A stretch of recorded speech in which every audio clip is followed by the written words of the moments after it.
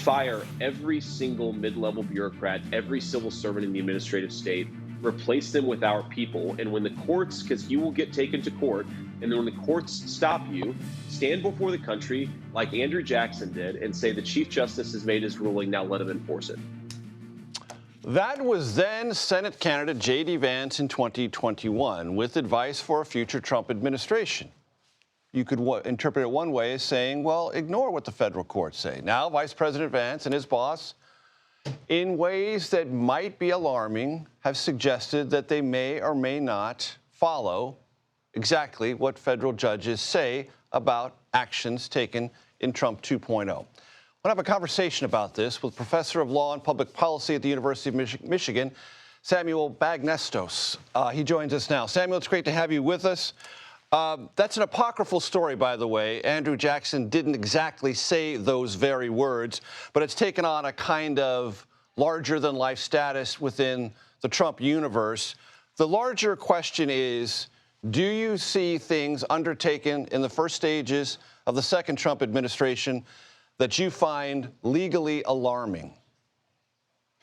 Well, sure. I think there's a lot that's legally alarming. We have a consistent pattern of this administration, and particularly in the efforts of Elon Musk rooting through agency after agency, of disregarding very clear statutes that Congress has passed to tell them what to do.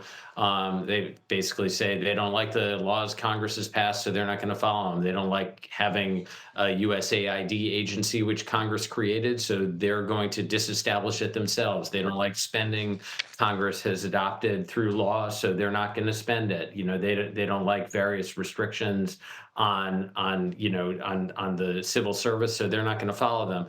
I think that's very alarming. I think it's alarming that the administration has taken such an aggressive approach to firing all of the people within the government who could impose significant checks, like firing over a dozen inspectors general without following the procedure required by the statute to provide a reason to Congress and provide a waiting period so that Congress can respond. You know, these mass reassignments and some firings within the Department of Justice, the suggestion of mass firings within the FBI, all of people who were involved in investigating Trump-related and January 6th related activity. You know, it's all part and parcel of a pattern of saying we do not believe we are bound by law. Now, the courts will have something to say about that and have had something to say about that over the past few days. You've seen order after order issued by courts telling them to stop. And, you know, they have the Trump administration has not said they're going to defy any of these orders. You know, there's all this sort of chatter and noise, but, you know, I think when the rubber meets the road, they have not said they're going to defy these orders. And if they did, I think that would be both extremely troubling and something that the courts would have to step up their response to, and Congress would have to step up its response to. What the president said was, I will summarize briefly, is that if there are court orders, they will follow them, but he doesn't understand why courts would intervene in certain areas.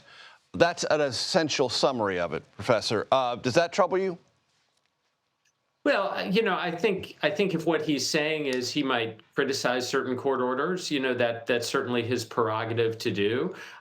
You know, he might appeal certain court orders, which they have done, the Trump administration already. Again, that's the ordinary legal process. But they're trying to have it both ways, you know, to make people think that they're not going to follow court orders, to kind of send this message that they're, you know, striding across the world unchecked. At the same time, they're really not saying they're not going to comply with these orders. And, you know, let's see what happens when the rubber meets the road.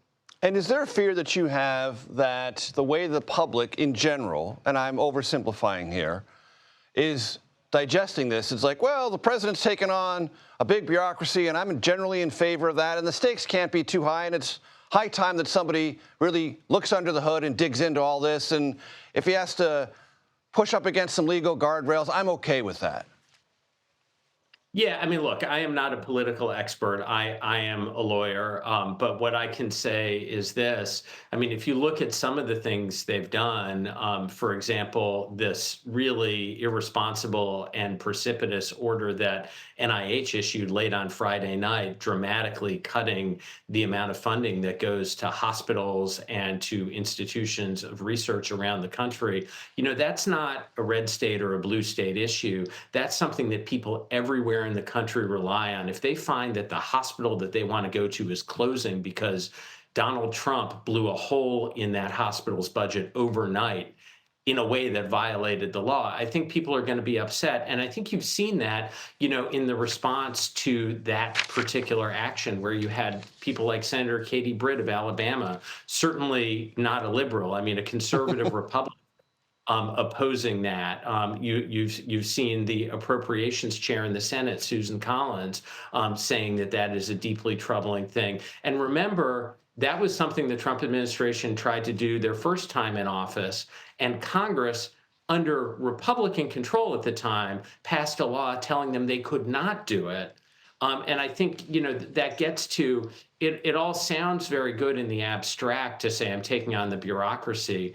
But, the bureaucracy is not an abstract thing. It's something that provides benefits that people really rely on day after day in their lives, again, in red states and in blue states. A conversation we hope to continue with you. Samuel Bagenstos, thank you very much. I appreciate it.